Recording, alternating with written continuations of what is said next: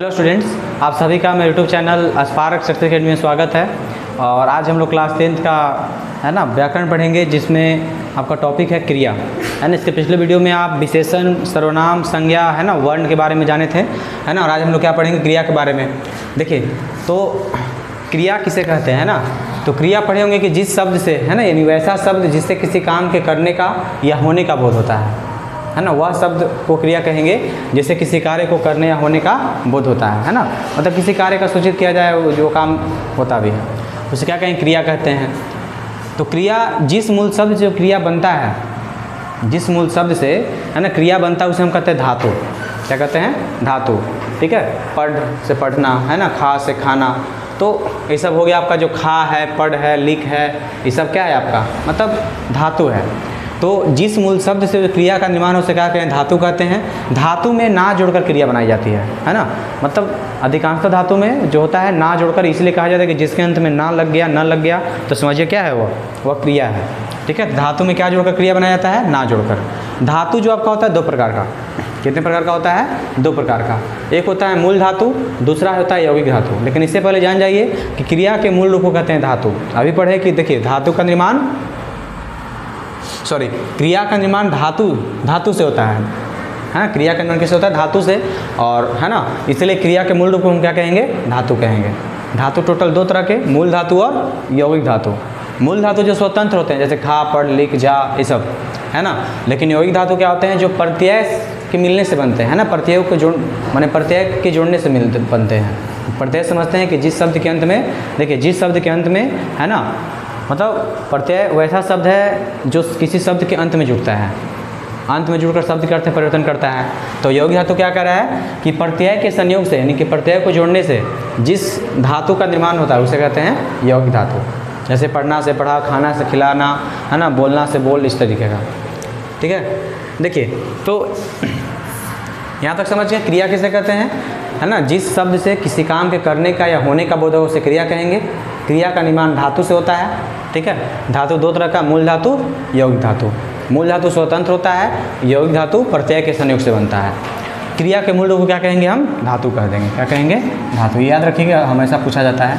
देखिए, अब हम पढ़ेंगे क्रिया के भेद। देखिए, क्रिया को कई आधार बांटा गया है ना, जातीय रचना के आधार पे, संरचना के आधार पे, प्रयोग के आधार पे, आपको सब टाइप पे बताया जाएगा। लेकिन इसमें सबसे पहले जो क्रिया का भेद है, जातीय रचना के आधार पर क्रिया दो प्रकार के, है ना। जाति या रचना के आधार पर क्रिया कितने प्रकार के होते हैं, दो प्रकार के होते हैं। पहला है अकर्मक क्रिया, दूसरा है सकर्मक क्रिया। अकर्मक के नाम में ही देखिए लगा हुआ है अ यानी न का बोध करता है। तो अकर्म यानी कि बिना कर्म का है ना। यानी अकर्मक क्रिया कहता है कि वैसा क्रिया, है ना, जिसके कार्य का फल कर्ता पर ही पड़ता है, यानी जो करेगा काम, कर्ता यानी कि जो काम करता है उसे कर्ता कहते हैं, है ना। जैसे कोई भी काम कर रहे हैं, है ना, राम खाता है तो राम खा रहा, खाने का प्रभाव किसे पड़ेगा, राम पर ही पड़ेगा। ठीक है, तो राम काम कर उसमें राम करता होगा। अब देखिए, कह रहा है कि अकर्मक क्रिया क्या कहता है, वैसा क्रिया, ठीक है, जिसके कार्य का फल, यानी जो कर्ता काम करता है उसका फल किसी दूसरे पर ना पड़ के स्वयं जो करता है उसी पे पड़ेगा, यानी कर्ता पर ही पड़ता है, उसे क्या कहते हैं, कर्ताकार, है ना, अकर्मक क्रिया। जैसे कि वह सोता है तो सोने का असर उसी पर, जो सो रहा है उसी पे पड़ेगा। वह हंसता है, ठीक है। लेकिन अगर कह देगा कि वह लिखता है, तो वह लिखता है आपका अकर्मक नहीं होगा, क्योंकि लिख रहा है तो कुछ ना कुछ जरूर लिखता है। पत्र लिखता है, लिखने का प्रभाव उस पर खुद नहीं पड़ेगा। पत्र लिखे हो तो पत्र पे, किताब लिखे हो तो किताब पे प्रभाव पड़ेगा। ठीक है, तो अकर्मक समझ गए होंगे कि अकर्मक क्रिया यानी कि वैसा क्रिया, ठीक है, जिसमें कार्य करने का फल कर्ता पर ही पड़े, उसे क्या कहते हैं, अकर्मक क्रिया कहते हैं। उसके बाद दूसरा आपका है सकर्मक। सकर्मक देखिए, सह का मतलब साथ, है ना, यानी साथ में कर्म दिया रहे, यानी कि कह रहा है कि वैसा क्रिया जिससे कार्य का फल कर्ता पर नहीं पड़ता है ना। मतलब जो काम करेगा उससे फल नहीं पड़ेगा, बल्कि किसी दूसरी जगह पर पड़ता है। माने वैसा क्रिया जिसके कार्य का फल कहाँ पड़ेगा, कर्ता पर ना पड़ के किसी दूसरी जगह पर पड़े, और साथ में कर्म रहता है या कर्म होने की संभावना रहता है। यानी कहने का मतलब है जिसमें कर्म नहीं रहेगा, है ना। ठीक है, नहीं कहने का मतलब है ना, कि जिसमें आपको कर्म दिया रहे, जो भी काम कर रहा है उस पर प्रभाव ना पड़ता है, जबकि कर्म पे पड़ता है, तो साथ में कर्म दिया रहेगा या कर्म होने की संभावना रहेगा। जैसे कि देखिए, जैसे इसमें कह रहा है कि राम आम खाता है ना, तो राम करता है, काम कर रहे हैं ना, तो राम आम खाता है, तो क्या हो जाएगा, इसमें खाना प्रभाव राम खाने का काम कर रहा है, ठीक है, तो इसमें आपका प्रभाव किसे पड़ेगा, आम पे, ठीक है। लेकिन क्योंकि देखिए इसमें साथ में आपको कर्म दे दिया तब पता चल रहा है कि राम आम खाता है, लेकिन अगर कह देगा कि वह लिखता है, अभी बताएं आपको, वह लिखता है, ठीक है, वह जाता है, इस तरीके का लग रहा है जैसे लगेगा कि आपको अकर्मक है, लेकिन है ही सकर्मक, है ना, क्योंकि देखिए वह लिख रहा है तो कुछ ना कुछ जरूर लिख रहा होगा, है ना। इसके लिखने का प्रभाव इस पर ना पड़ के, जैसे अगर पत्र लिखेगा तो पत्र पे पड़ेगा, पुस्तक लिखेगा तो पुस्तक पे पड़ेगा। जैसे वह जाता है ना, तो वह जाता है तो कहीं ना कहीं जरूर जाएगा, कर्म साथ में जरूर रहेगा उसका, भले इसमें कर्म नहीं देता है। देखिए लिखा हुआ संभावना रहता है ना, तो संभावना रहता है कहने का मतलब है कि संभावना कहने का मतलब कर्म छिपा हुआ रहता है, कर्म होने का बोध होगा, समझ गया ना। तो वह लिखता है, वह जाता है, इस सब आपका सकर्मक में ही आएगा, ठीक है। मतलब उसको मतलब दिखाना, डिफाइन करना अच्छे से कि मतलब उसका कर्म साथ में होगा कि नहीं होगा। लेकिन जैसे कह रहा है कि राम हंसता है, तो हंसता है तो हंसता है, इसका प्रभाव इसी पड़ेगा, सोता है तो इसी पड़ेगा, वह रोता है तो उसी पे पड़ेगा, सांप रेंगता है तो सांप पे पड़ेगा, ठीक है, इस टाइप से। तो क्रिया का भेद समझ गए होंगे। जातीय रचना के आधार पर दो प्रकार का, अकर्मक यानी जिसमें कर्म नहीं दिया रहता है, सकर्मक जिसमें कर्म दिया रहता है और कर्म होने का संभावना रहता है, ठीक है। इसके बाद देखिएगा आगे, देखिए इसमें इसके बाद सकर्मक क्रिया है ना, अभी पढ़े सकर्मक क्रिया होता क्या है, तो जिसके साथ कर्म होता है, ठीक है, सकर्मक का कर्म भी पढ़े। देखिए सकर्मक क्रिया के भी दो भेद होते हैं ठीक है। सकर्मक क्रिया कितने भेद होते हैं, दो भेद होते हैं। पहला हो गया एक कर्मक, दूसरा होता है द्विकर्मक, ठीक है। सकर्मक क्रिया के दो भेद, एक कर्मक और द्विकर्मक। देखिए सकर्मक जैसे एक कर्मक का मतलब है कि एक कर्म यानी जिस क्रिया का एक ही कर्म हो उसे क्या कहेंगे, एक कर्मक, है ना। जिस क्रिया का एक कर्म हो उसे कर्मक कहेंगे। जैसे कहेंगे, है ना, जैसे अभी देखे थे राम आम खाता है, तो इसमें कर्म क्या है, मतलब आम, सिर्फ एक ही कर्म है। जैसे वह रोटी खाता है, मोहन किताब पढ़ता है, ठीक है। तो जिस क्रिया में एक ही कर्म रहेगा उसे एक कर्मक कहेंगे। लेकिन जिस क्रिया में दो कर्म रहेगा, ठीक है, जिस क्रिया में दो कर्म रहेगा उसे क्या कहेंगे, द्विकर्मक कहेंगे। जैसे कह रहा है कि राम ने श्याम को फल दिया, है ना, तो राम ने श्याम को फल दिया कि इसमें दो दो कर्म है ना, राम कर्ता हो गए और बाकी जो श्याम और जो फल है क्या हो जाएगा, वह कर्म हो जाएगा। फिर कहेंगे जैसे कि नर्स ने रोगी को दवा पिलाई, ठीक है, नर्स ने रोगी को दवा पिलाई, तो नर्स यहाँ पे कर्ता हो, मतलब काम करने वाली हो गई, है ना। बाकी जो रोगी और दवा ये सब क्या हो गया, दोनों कर्म। तो जिस क्रिया में दो कर्म रहेगा उसे क्या कहेंगे, द्विकर्मक। लेकिन जिस क्रिया में एक कर्म रहेगा उसे कहेंगे एक कर्मक। समझ गए।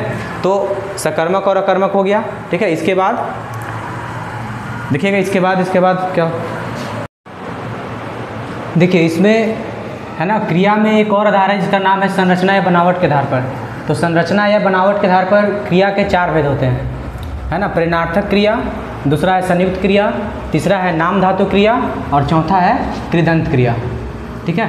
तो जैसे कल पढ़े थे कि जातीय रचना के आधार पर दो प्रकार का, सकर्मक और अकर्मक। सकर्मक के दो भेद, एक कर्मक और द्विकर्मक, ठीक है। तो इसमें संरचना या बनावट के आधार पर क्रिया के चार भेद होते हैं, प्रेरणार्थक क्रिया, संयुक्त क्रिया और नाम धातु क्रिया तथा कृदंत क्रिया। एक एक करके अब समझेंगे इसको। देखिए प्रेरणार्थक क्रिया का मतलब देखिए नाम में है प्रेरणा देना, यानी किसी को, है ना, किसी काम करने के लिए उत्साहित करना। तो प्रेरणार्थक क्रिया कहता क्या है कि जिस क्रिया से इस बात का बोध होता है या इस बात का ज्ञान होता है कि कोई काम करता स्वयं ना करके, यानी करता जो होता है कोई काम स्वयं नहीं करता है बल्कि उसे किसी और को करने के लिए प्रेरित करता है ना। जैसे कि बोलना से बुलवाना, पढ़ना से पढ़वाना, खाना से खिलवाना, है ना, दौड़ना से दौड़वाना, इस तरीके से, ठीक है। तो इसमें क्या बोध हो रहा है कि जो करता है वह काम, कोई काम खुद नहीं कर रहा है बल्कि उसे दूसरे को करने के लिए प्रेरित कर रहा है, उत्साहित कर रहा है, ठीक है। दूसरा आपका है संयुक्त क्रिया। संयुक्त का मतलब जानते हैं जुड़ाव। तो जो दो या दो से अधिक धातुओं के, है ना, जो दो या दो से अधिक धातुओं के संयोग से बनता है ना, वैसा क्रिया है जो दो या दो से अधिक धातुओं के संयोग से बनता है, उसे कहते हैं संयुक्त क्रिया। माने जिसमें दो धातु होना, जैसे चल देना, हंस देना, रो पड़ना या झुक जाना। इसमें दो दो धातु है, चलना अलग, देना अलग, है ना, हंस देना, रो देना, है ना, रो पड़ना, झुक जाना, ये सब क्या है, मतलब दो दो धातु है। तो जो दो धातु के संयोग से बनेगा उसे कहेंगे संयुक्त क्रिया। और जो किसी काम को दूसरे को करवाने के लिए या दूसरे से करवाने के लिए प्रेरित करता है, दूसरे को करने के लिए प्रेरित करता है, उसे कहते हैं प्रेरणार्थक क्रिया।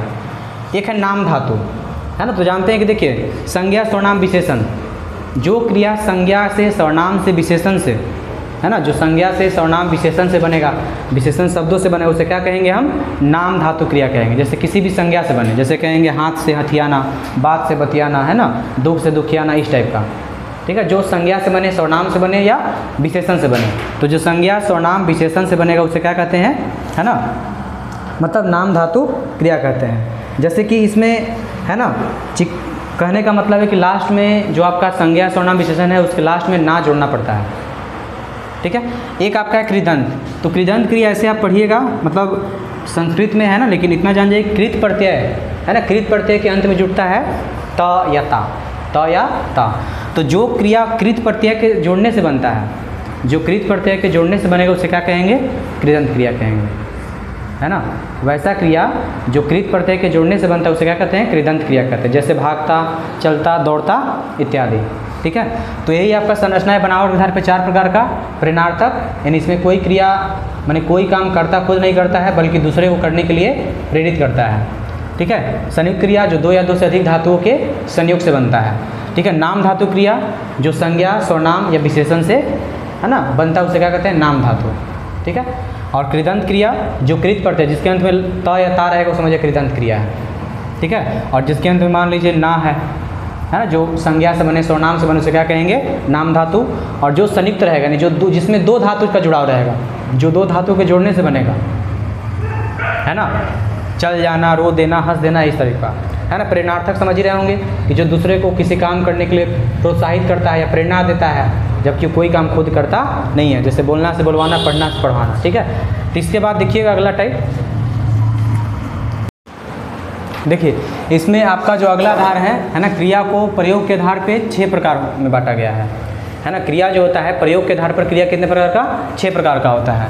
पहला आपका है सहायक क्रिया, पहला सहायक क्रिया है, दूसरा है पूर्वकालिक क्रिया, तीसरा है आपका सजातीय क्रिया, और चौथा है द्विकर्मक क्रिया, और पांचवा विधि क्रिया, और छठा है अपूर्ण क्रिया। देखिए तो पहला सहायक क्रिया कहता है कि वैसा क्रिया है ना जो प्रधान क्रिया यानी कि मुख्य क्रिया की सहायता करता है। क्या कहता है सहायक क्रिया, वैसा क्रिया जो मुख्य क्रिया की सहायता करे उसे क्या कह देंगे, हम सहायक क्रिया कह देंगे। जैसे देखिए, जैसे कहेंगे उसने बाघ को मार डाला, तो उसने बाघ को मार डाला। देखिए इसमें जो आपका मुख्य क्रिया है मारना, तो ये मुख्य क्रिया है, लेकिन डाला क्या कर रहा है, सहायता कर रहा है, तो इसको डाला को क्या कहेंगे, सहायता, मतलब सहायक क्रिया। जैसे कहेंगे वह आता है ना, हम देख रहे थे, तो देखिए इसमें आना मुख्य क्रिया है, इसमें देखना मुख्य क्रिया है, लेकिन रहे थे, हैं, ये सब क्या है, सहायक क्रिया है। ठीक है, यानी कि कहने का मतलब है कि जो है ना किसी भी वाक्य में है ना क्रिया, जैसे कहने का मतलब जैसे कहेंगे खाली कहते हैं कि वह आता है ना, फिर कहें वह आता है, तो वह आता और वह आता है में दोनों में फ़र्क है ना, कि वह आता से अर्थ स्पष्ट नहीं हो रहा पूर्ण रूप से, लेकिन वह आता है ना, इससे अर्थ स्पष्ट होता है कि किस समय में ये काम हो रहा है। ठीक है, तो याद रखिएगा, देखिए जो क्रिया मुख्य क्रिया का सहायता करेगा उसे क्या कहेंगे, हम सहायक क्रिया कहेंगे। जैसे प्रधान क्रिया के अलावा जो भी क्रिया होता है उसे क्या कहेंगे, सहायक क्रिया कहेंगे। है, था, थे, थी, रहे थे, है ना, इस तरीके से। जैसे इसमें देख रहे हैं डाला हो गया, है हो गया, देख रहे है ना, देख रहे थे हो गया, ये सब क्या है, सहायक क्रिया। तो जो मुख्य क्रिया का सहायता करेगा उसे क्या कहेंगे, सहायक क्रिया। दूसरा है पूर्वकालिक क्रिया। देखिए पूर्वकालिक क्रिया क्या कहता है कि जब कर्ता एक क्रिया को समाप्त करके, है ना, यानी कर्ता यानी काम करने वाला, जब कर्ता एक क्रिया को समाप्त करके तत्काल यानी कि तुरंत ही, एक काम खत्म नहीं हुआ, एक काम खत्म हुआ दूसरा कार्य स्टार्ट हो गया, है ना, यानी कि जब कर्ता एक क्रिया को समाप्त करके तुरंत किसी दूसरे क्रिया, है ना, तुरंत किसी दूसरी क्रिया को शुरू कर देता है ना, जब कर्ता क्या करता है, एक काम को समाप्त करके, है ना, तत्काल दूसरी क्रिया को आरंभ कर देता है, शुरू कर देता है, तो पहले वाली क्रिया को क्या कहते हैं, पूर्वकालिक क्रिया कहते हैं। यानी कि जैसे कह रहा है कि वह गा कर सो गया, तो पहले कर्ता का कौन सा काम कर रहा था, गाने का काम कर रहा था, लेकिन गाया और सो गया। ठीक है, तुम पढ़ कर खेलने लगे, तो तुम पढ़ कर खेलने से पहले पढ़ रहा था, है, लेकिन पढ़ाई का काम खत्म करके खेलने लगा। तो जब कोई कर्ता, है ना, यानी कि जब कर्ता एक क्रिया को समाप्त करता है और तत्काल दूसरे क्रिया को शुरुआत कर देता है, तो जो पहले का क्रिया है ना, जो पहले का जो क्रिया है उसे कहेंगे हम पूर्वकालिक क्रिया। जैसे इसमें गा कर, पढ़ कर। ठीक है, तीसरा है सजातीय क्रिया। सजातीय का मतलब जो समान जात का। देखिए तो कहा जाता है कुछ सकर्मक और अकर्मक क्रियाओं के साथ बना हुआ भाववाचक संज्ञा, यानी कि देखिए जैसे जो एक ही क्रिया से भाववाचक बनाया गया है। ठीक है, जैसे कह रहा है कि वह मन से पढ़ाई पढ़ता है, वह अच्छी लिखाई लिख रहा है ना, ठीक है। यानी कि कुछ सकर्मक और अकर्मक क्रियाओं के साथ भाववाचक संज्ञा के प्रयोग को सजातीय क्रिया कहते हैं। जैसे कह रहे हैं ना कि वह मन से पढ़ाई पढ़ता है, तो पढ़ाई से ही पढ़ता बना है ना, लिखाई से ही लिख रहा है ना, लिखना बना है, ठीक है। तो जब भाववाचक संज्ञा बना दिया जाए, यानी कि सकर्मक और अकर्मक क्रियाओं के मेल से, है ना, उसको भाववाचक संज्ञा में बदल दे, तो उस क्रिया को हम क्या कहेंगे, सजातीय क्रिया, यानी कि उसी से दूसरा क्रिया बना दिया गया है। तो कुछ अकर्मक और सकर्मक क्रियाओं के साथ जो क्रिया बनता है, भाववाचक संज्ञा बनाए, तो उसे क्या कहते हैं हम, सजातीय क्रिया कहते हैं। अगला आपका है द्विकर्मक। तो द्विव मतलब दो, अकर्म मतलब जानते हैं जिस पे काम का प्रभाव पड़ता है। इसमें दो कर्म रहेगा। तो वही कह रहा है कि कभी कभी किसी क्रिया के दो कर्म होते हैं, यानी जैसे कभी कभी, है ना, एक क्रिया के दो कर्म हो जाते हैं, तो उसे कहेंगे द्विकर्मक। जैसे देखिए, तुमने राम को कलम दी, तुमने राम को कलम दी, देखिए तो ये काम कर रहा है, जैसे प्रभाव किस पे, ये दोनों पे, राम और कलम, यहाँ पे दोनों क्या है, द्विकर्मक है। जिसमें दो कर्म रहेगा उसे क्या कहेंगे हम, द्विकर्मक, है ना। राम ने गाय को रोटी खिलाई, तो उसमें भी क्या हो जाएगा, गाय और रोटी, द्विकर्मक। तो जिसमें, है ना, दो कर्म रहेगा उसे कहेंगे द्विकर्मक। समझ गए। अगला है विधि क्रिया। तो विधि का मतलब होता है, देखिए विधि क्रिया का साधारण अर्थ होता है आज्ञा का बोध होना, यह आज्ञा का बोध कराता है। यहाँ आओ, घर जाओ, इसे समझ रहे हैं, विधि क्रिया हो जाएगा। ठहर जाओ, है ना, यह मत करो, ठीक है। आज्ञा जब जिस क्रिया से आज्ञा का बोध, उसे क्या कहेंगे, विधि क्रिया। और ये देखिए अपूर्ण, इसका नाम है अपूर्ण है ना। तो मतलब ये काम क्या है, मतलब यह इच्छा रहित है, कहने का मतलब है ना, मतलब पूरा पूरा अर्थ देता नहीं है। तो आपके एग्जाम में देखिए, आपके एग्जाम में लगभग, है ना, पूर्वकालिक, सजातीय और द्विकर्मक, है ना, ये तीन क्रिया से ज़्यादा क्वेश्चन आएगा। बाकी आप सहायक क्रिया भी देख सकते हैं, मतलब ऐसे हो सकता है सबसे है, लेकिन ज़्यादातर पूर्वकालिक से पूछा जाएगा, सजातीय से पूछा जाएगा या द्विकर्मक से पूछा जाएगा। चाहे 10th का, है ना, व्याकरण हो या क्लास 12 का एग्जाम हो, तो दोनों में मतलब तीनों क्रिया ज़्यादातर इससे आएगा। पूर्वकालिक क्रिया पहचानने के लिए आपको सजातीय क्रिया ही पहचानने के लिए दे देगा, और अधिकतर द्विकर्मक। ये तीन को ज़्यादातर याद रखिएगा, ठीक है। तो सहायक क्रिया, जो मुख्य क्रिया का सहायता करे सहायक क्रिया कहते हैं, है ना। यानी प्रधान क्रिया के अलावा उसमें जो क्रिया, मैंने जो उसको मतलब एक, है ना, पूरा अर्थ बताने में, यानी कि एक अच्छा अर्थ बताने में मदद कर रहा है क्रिया को, उसे हम कह देंगे सहायक क्रिया। पूर्वकालिक, जब कर्ता एक काम को समाप्त करता है और तत्काल दूसरी क्रिया को शुरू कर देता है, तो पहले वाले काम को जो कर्ता पहले काम कर रहा था उसे क्या कहेंगे हम, पूर्वकालिक कहेंगे। सजातीय यानी कि सकर्मक और अकर्मक क्रियाओं के साथ, हाँ ना, बनी हुई भाववाचक संज्ञा के प्रयोग से, उसे क्या कहेंगे हम, सजातीय कहेंगे। द्विकर्मक, जिसमें दो कर्म रहेगा, उसे क्या कहेंगे, द्विकर्मक। विधि क्रिया, जिससे आज्ञा का बोध होता है। और अपूर्ण यानी कि जिससे, है ना, मतलब कुछ, मतलब पूरा अर्थ का बोध, जिस क्रिया से, है ना, अर्थ रहित सेंटेंस का बोध होता है, ठीक है। तो क्रिया आपका यहीं खत्म हो गया, है ना। 3 धारा पढ़ लिए आप। सबसे पहले पढ़े थे क्रिया किसे कहते हैं, है ना। उसके बाद पढ़े धातु, ठीक है, धातु कितने प्रकार के होते हैं। फिर आप पढ़े थे पहला आधार, जातीय रचना के आधार पर क्रिया दो तरह का, सकर्मक और अकर्मक, है ना। जिसके साथ कर्म देगा उसे सकर्मक, जिसके साथ कर्म नहीं देगा उसे अकर्मक। फिर पढ़े थे सकर्मक क्रिया दो प्रकार का, एक कर्मक और द्विकर्मक, वही यहाँ पे भी है द्विकर्मक, ठीक है। फिर पढ़े आप संरचना या बनावट के आधार पर क्रिया 4 प्रकार के होते हैं, प्रेरणार्थक क्रिया, संयुक्त क्रिया, ठीक है, नाम धातु क्रिया, कृदंत क्रिया। और फिर अभी पढ़ रहे हैं क्या, प्रयोग के आधार पर। तो क्रिया को 3 धारा बांटा गया, जातीय रचना के आधार पर, संरचना के आधार पर और प्रयोग के आधार पर। तो प्रयोग के आधार पर आपके, है ना, 6 तरह का क्रिया होता है। तो यही आपका क्या हो गया, क्रिया खत्म हो गया। और आप इसको, है ना, रिवाइज कीजिए, और आपको जब खत्म हो जाए तो इस पर क्वेश्चन भी बताया जाएगा, ठीक है। और, है ना, आपको अगले वीडियो में इससे अगला जो टॉपिक है आपको बताया जाएगा।